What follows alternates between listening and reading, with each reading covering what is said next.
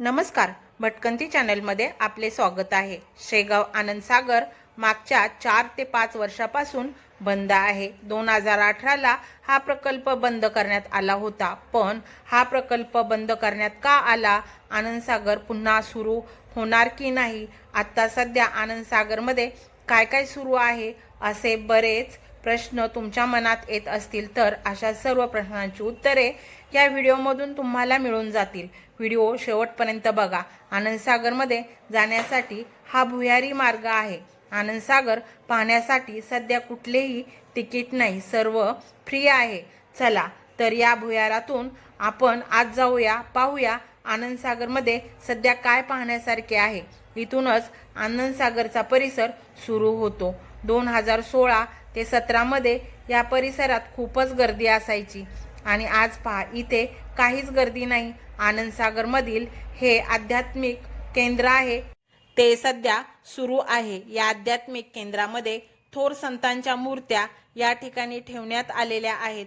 श्री विष्णुतीर्थ हरियाणा, श्री शंकराचार्य केरळ, श्री माणिक प्रभू महाराज कर्नाटक अशा बऱ्याच संतांच्या मूर्त्या या आध्यात्मिक केंद्रात ठेवण्यात आलेल्या आहेत। 5-6 वर्षापूर्वी जेव्हा आनंदसागर सुरू होते, स्क्रीनवर तुम्हाला दिसत असेल, तेव्हा या सुंदर कमानीतून आपण आनंदसागरमध्ये यायचो, परंतु आता ही कमान राहिलेली नाही। आता सध्या ही नवीन कमान आहे। तसेच आध्यात्मिक केंद्राच्या मध्यभागी गजानन महाराजांची मूर्ती आहे। आध्यात्मिक केंद्र नंतर आनंदसागरमध्ये सध्या दर्शनासाठी 2 मंदिरे सुरू केलेली आहेत। एक म्हणजे गणेश मंदिर आणि दुसरे म्हणजे शिव मंदिर। आध्यात्मिक केंद्रातून बाहेर येताच समोरच हा रस्ता गणेश मंदिराकडे जातो।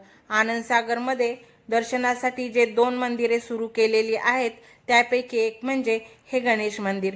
गणेश मंदिराच्या मागच्या बाजूस तुम्ही पाहू शकताय की मोठ्या प्रमाणात कन्स्ट्रक्शन चालू आहे। म्हणजे येणाऱ्या काळात आनंदसागरमध्ये आपल्याला काही नवीन गोष्टी पाहायला मिळतील। शिवमंदिराकडे जाताना डाव्या बाजूला महादेवांची खूपच सुंदर अशी आकर्षक मूर्ती आपल्याला पाहायला मिळते।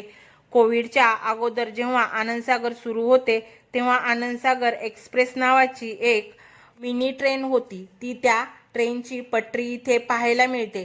त्यावेळी ट्रेनमध्ये प्रवास करताना पूर्ण आनंदसागर पाहायला मिळायचे। खरंच आनंदसागर पहिल्यासारखे सुरू व्हायला पाहिजे। आनंदसागरच्या खूप साऱ्या आठवणी आहेत, जसे की तो हलणारा ब्रिज, लहान मुलांच्या राईड्स, आनंदसागरची मिनी ट्रेन, लेझर शो।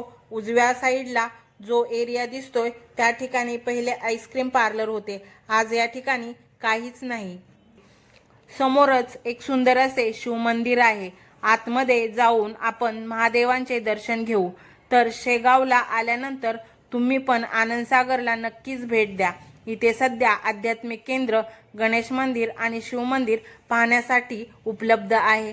आपण पाहिले आनंदसागरमधील गणेश मंदिर कसे आहे ते। तर आनंदसागर पहिल्यासारखे पुन्हा सुरू व्हावे असे कोणाकोणाला वाटते, त्यांनी कमेंटमध्ये नक्की सांगा।